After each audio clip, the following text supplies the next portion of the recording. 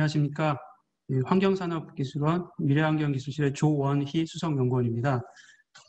근본 그린뉴딜 유망기업 100프로젝트 지원계획과 상세하게 녹색 혁신기업 성장지원 프로그램에 대해서 발표드리겠습니다. 목차입니다. 우선 사업 배경, 사업 개요, 지원 내용 순으로 말씀드리고 평가 절차와 온라인 접수 방법에 대해서 세부적으로 또 말씀드리겠습니다. 사업 배경입니다. 작년에 그 그린뉴딜 정책으로 녹색산업 혁신 생태계 구축이라는 정책이 발표되었습니다. 작년에 발표된 그린뉴딜 정책에 대해서 살펴보면 녹색산업을 선도할 그린뉴딜 유망기업 100개사를 선정하여 지원할 계획이고 환경부와 중기부가 협업하여 2020년을 시작으로 2020년까지 총 100개사를 선정하여 육성할 계획입니다. 환경부는 녹색혁신기업 성장지원 프로그램이라는 이름으로 지원할 계획이고 중소벤처기업부는 그린벤처 프로그램으로 지원할 계획입니다. 작년 같은 경우는 환경부에서는 21개사를 지원하였고 중소벤처기업부에서는 20개사를 선정하였습니다. 환경부와 중소벤처기업부는 그 프로그램 내용상 보시면 알겠지만 거의 대동소이합니다. 다만 지원 분야가 좀 상이합니다. 환경부는 녹색산업 5대 선도 분야에 대한 중소기업을 대상으로 집중 육성하고요. 중기부 같은 경우는 연구개발 지원 중심의 녹색기술 분야의 혁신형 중소기업을 집중 육성합니다. 그리고 지원 금액은 3년간 사업화와 기술개발 자금과 최대 30억 원 지원으로 동일하지만 환경부와 중소벤처기업부는 각각 그 사업화 자금과 기술개발 자금의 비중이 서로 상이합니다. 그래서 공고문을 보시고 환경부 프로그램에 지원하실지 중소벤처기업부 프로그램에 지원하실지 확인한 후에 선택을 하시면 될 것 같습니다. 사업 계획입니다. 앞으로는 환경부 프로그램 및 녹색산업 혁신 성장지원 사업에 대해서 말씀드리도록 하겠습니다. 본 사업의 목적은 녹색산업을 선도할 유망 중소기업이 한 단계 성장할 수 있도록 집중 지원하여 녹색산업 혁신 생태계를 조성할 목적으로 설계되었습니다. 작년에 이어서 올해는 15개사 내외로 지원할 계획이고 최종 선정 기준입니다. 지원 대상은 유망 녹색 기술을 보유한 중소기업이며 지원 분야는 청정대기, 자원순환, 스마트물, 탄소저감, 녹색, 융복합 등 5대 녹색산업 선도 분야입니다.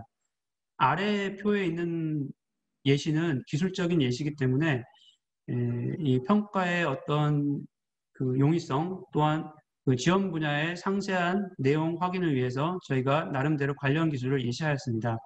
즉, 본 관련 기술에 포함되지 않았다고 해서 세부 분야에 포함되는 게 아니기 때문에 그런 부분들은 상담이나 기타 문의해 주시면 적극적으로 상담드리도록 하겠습니다. 우선 작년과 다르게 들어간 부분이 탄소 저감 분야입니다. 탄소 저감 분야는 온실가스 저감과 저탄소 서비스 제품이고 예를 들면 논CO2 온실가스 저감, 탄소 전환 재활용 제품 기술, 폐자원 에너지와 수열 에너지 등 환경 분야 에너지 전환 기술 등입니다. 그리고 끝으로 녹색 융복합 분야도 지원 대상입니다. 통상적으로 전통적인 청정 대기 분야, 자원순환 분야, 스마트물, 또 탄소 저감 분야가 아닌 녹색 융복합 분야에서도 지원할 계획입니다.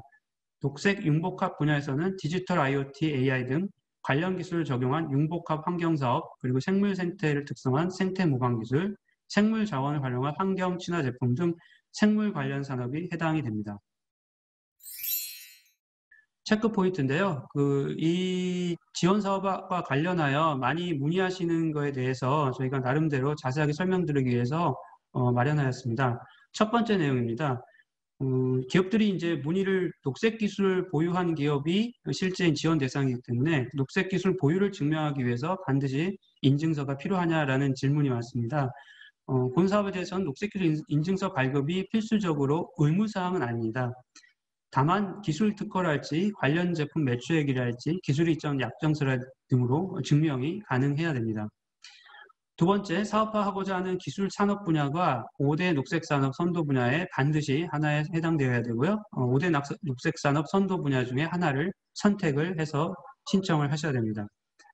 세 번째로, 주 업종이 녹색 기술 분야가 아닌 타 산업으로 신청하는 경우가 있습니다. 예를 들면 IT 기업이랄지 이게 있을 수 있는데요. 그 녹색혁신기업 성장지원 프로그램을 통해서 녹색산업을 기존에는 이제 주력산업이 아니었지만 환경산업, 녹색산업을 기업의 주력산업으로 하고자 하는 기업도 신청은 가능하지만 심의 과정에서 검토합니다.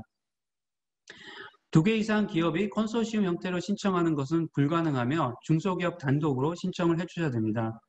특히 연구개발 과제도 본 연구개발 과제는 개별 과제로 지원하기 때문에 통합형 과제, 즉 총괄 세부랄지 총괄 플러스 협동 과제 형식으로 이렇게 지원하는 게 아니기 때문에 개별 과제로 반드시 지원을 받고 이렇게 추진할 계획입니다. 5번째, 환경부 프로그램 또는 중소벤처기업부 프로그램 중 하나를 선택해야 하며 동시에 2개 프로그램을 신청할 수 없습니다.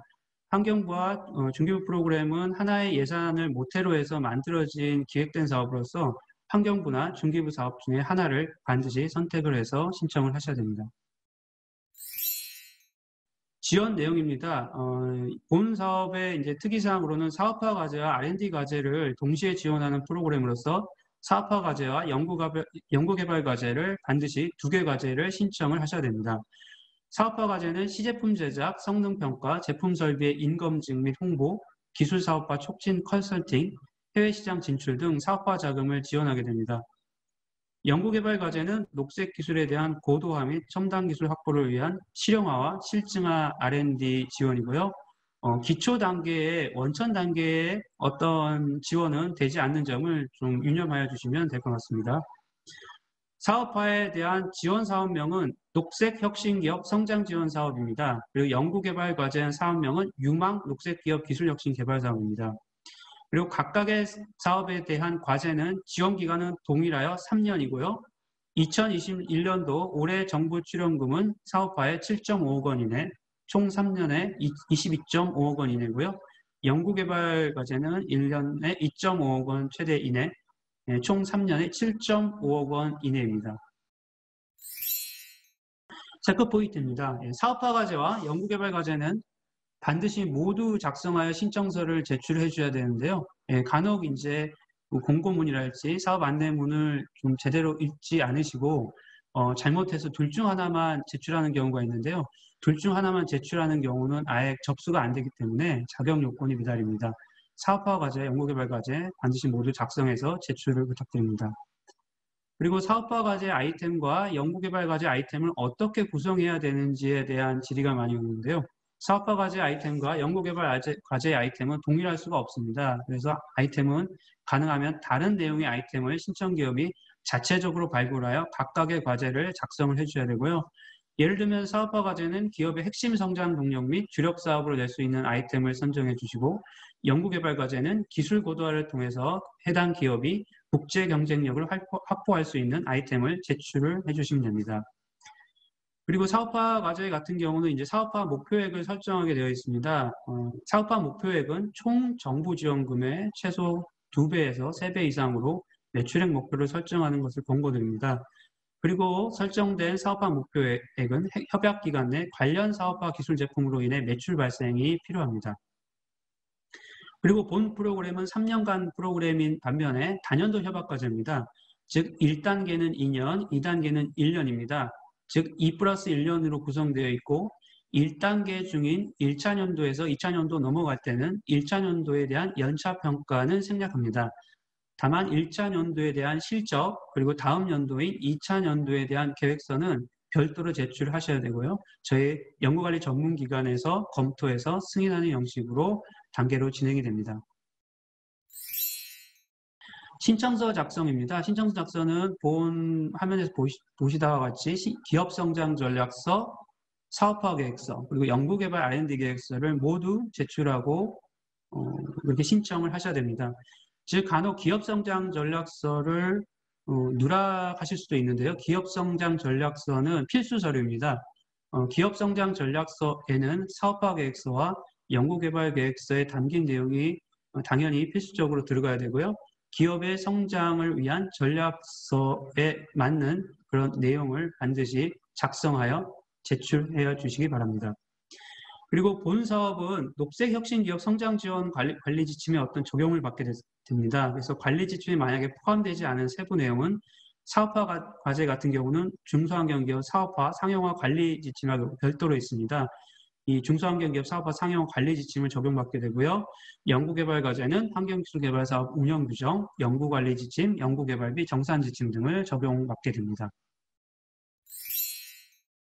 작성 원칙입니다. 기업성장 전략서는 기업의 최종적인 사업화 목표를 달성하기 위한 국내 매출 확대 및 해외시장 진출 계획을 작성을 하시는데요.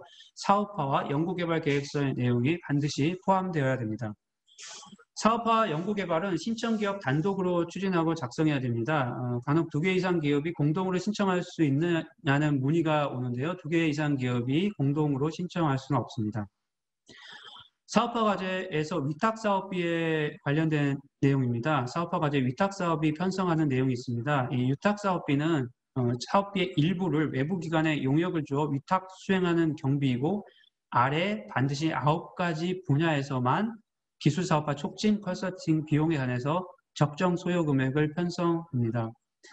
지금 9개 분야에 대해서 다시 한번 말씀드리겠습니다. 기술사업화 촉진 컨설팅의 첫 번째 사업화 전략 수립, 두 번째 특허 전략 수립, 세 번째 수출 전략 수립, 네 번째 인검증 지원, 다섯 번째 공정, 성능 개선, 여섯 번째 양산 체계 구축, 일곱 번째 시장 검증, 여덟 번째 디자인 개선, 아홉 번째 마지막 재무 투자 전략 수립, 투자 유치 관련된 내용입니다.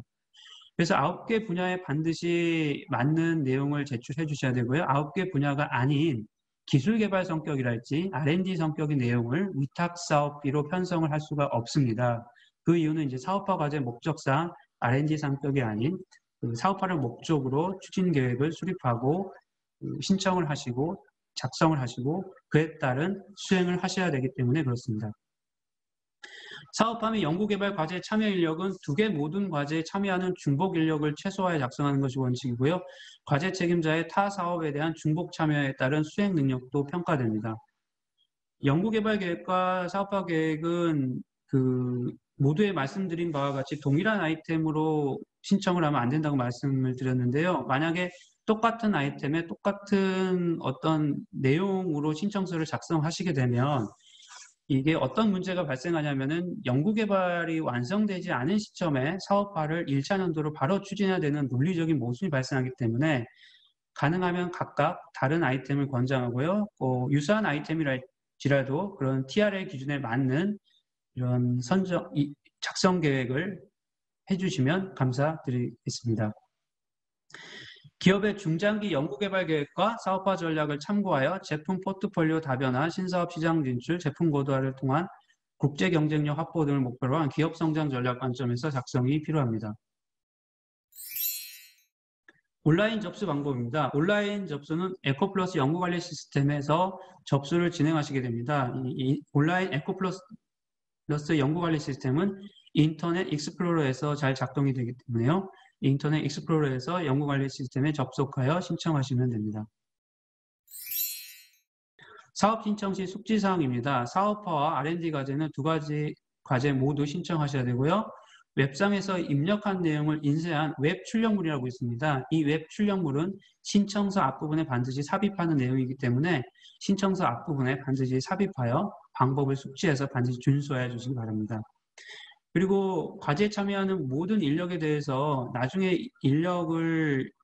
참여 인력을 입력하다 보면 입력 시간도 늦어지시고 실제적으로 입력하는데 애로사항이 있을 수가 있습니다. 그래서 과제에 참여하는 모든 인력은 가능하면 미리미리 NTIS 과학기술인 번호가 없다면 과학기술인 번호를 발급 후에 미리 에코플러스에 회원가입을 진행하여 주시기 바랍니다. 그리고 과제에 참여하는 모든 인력을 참여연구원 정보에 입력을 해주시기 바랍니다. 그리고 각각의 사업화 과제와 연구개발 과제는 계산 기준이 있습니다. 각각 비목별 계산을 몇 프로 또는 어떻게 해야 되는 계산 기준이 있기 때문에 반드시 계산 기준을 숙지하신 다음에 준수하여 비목별 사업비를 편성하여 주시기 바랍니다. 에코플러스 연구관리 시스템은 익스플로에서 가장 잘 작동이 되고요.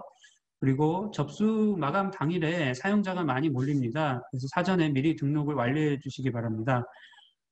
사용자가 많이 몰리기 때문에 사실은 이제 시스템상의 문제라기보다는 그 당일날 그 짧은 시간 안에 신청기업 또는 신청하려고 하는 그 연구 책임자랄지 사업 책임자가 등록하기에는 시간이 짧을 수가 있습니다. 그래서 미리미리 사전에 며칠 전에 그렇게 좀 입력을 시작을 해주시는 게 적절하고요. 그리고 접수 마감 시간 이후, 즉 18시면 18시 이후에는 시스템이 자동으로 닫히게 됩니다. 그래서 18시 이후에 만약에 접수가 되더라도 그 접수는 접수가 불가능한 상황입니다.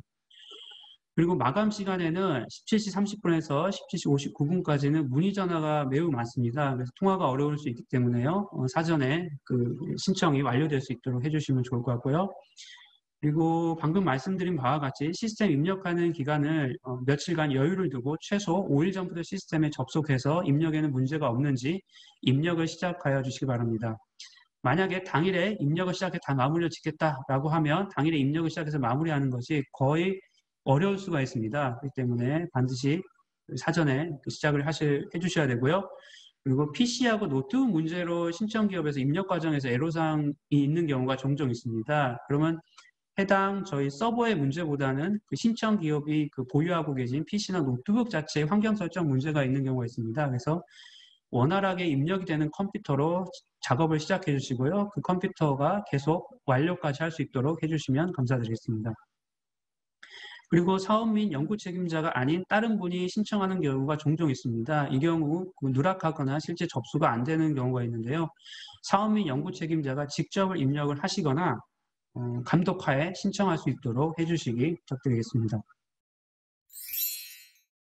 시스템 사용 관련 궁금한 사항은 02-2284-1489-1490번으로 전화 주시고요. 연구개발 계획서 내용, 사업화 계획서의 내용과 관련된 내용은 사업 담당자에게 전화 주시면 상담드리도록 하겠습니다. 이 참고 1과 참고 2에 대해서 사업화 과제와 연구개발 과제 관련 유의사항에 대해서 말씀드리겠습니다. 사업화 과제를 편성하는 과정에서 계속 문의가 오거나 좀 놓치는 부분 또 조금 혼동의 여지가 있는 부분을 명확히 하기 위해서 다시 말씀드리도록 하겠습니다. 사업화 과제 지원 범위 문제입니다. 지원된 범위는 직접적인 양산, 즉 생산에 관여하는 비용은 본 사업으로 집행이 불가능합니다. 즉 양산 생산과 관련한 내용과 그런 비용을 편성을 해주시면 안 되고요. 그리고 만약에 시제품을 제작하여 처음부터 제품을 판달할지 내수를 목적으로 하는 유상 판매가 이루어져서는 안 됩니다. 이 점도 유념해 주시기 바랍니다. 그리고 유망 녹색기업 기술혁신 개발 사업은 특별한 사유가 없는 한 주관기업에서 전체 민간 부담금을 부담하고요. 이 관련된 내용은 다시 참고 2에서 말씀드리도록 하겠습니다. 위탁사업비 내용입니다. 위탁사업비는요, 기본적으로 기술사업화를 촉진하기 위한 목적으로 집행되는 사업비입니다. 그래서 반드시 모두 말씀드린 바와 같이 9가지 세부 지원 분야만 가능하고요. 기술개발, R&D 성격의 위탁은 불가능합니다. 그 사업화 과제에 기자재 및 시설비라는 항목이 있습니다. 기자재 시설비라는 항목은 장비 재료비의 하위 항목에 있는데요. 장비 재료비 하위 항목에 있는 기자재 및 시설비는 해당 과제와 관련한 임차에 관한 경비로, 즉 임차이기 때문에 구매가 불가능합니다. 그래서 기자재 및 시설비에는 구매 비용으로 특정 장비를 산달지 이렇게 편성해 주시면 절대로 안 되고요. 장비 성격이 아닌 만약에 시제품 제작하는 경비가 있습니다. 이러한 시제품 제작 관련한 경비는 시제품 제작비로 편성해 주시면 감사드리겠습니다. 연구개발 관련한 용어에 대해서 다시 한번 명확하게 정의 드리겠습니다. 참여기업에 대해서 문의가 자주 오는데요. 연구개발 과제에서 참여기업은 연구개발 그 성과를 실시할 목적으로 해당 연구개발 과제에 필요한 연구개발비, 즉 민간 부담금의 일부를 부담하는 기업입니다. 그래서 본 프로그램의 R&D 과제는 중소기업이 신청하게 되고 주관 연구기관인 중소기업이 그대로 참여기업이 됩니다. 그래서 유망 녹색기업 기술혁신개발 사업은 특별한 사유가 없는 한 주관기업, 중소기업이 전체 민간 부담금을 부담하시는 것으로 생각하시면 될 것 같습니다. 그리고 위탁연구기관입니다. 위탁연구기관은 협약으로 정하는 바에 따라서 주관연구기관, 중소기업으로부터 연구개발 과제의 일부를 위탁받아서 수행하는 기관을 의미합니다.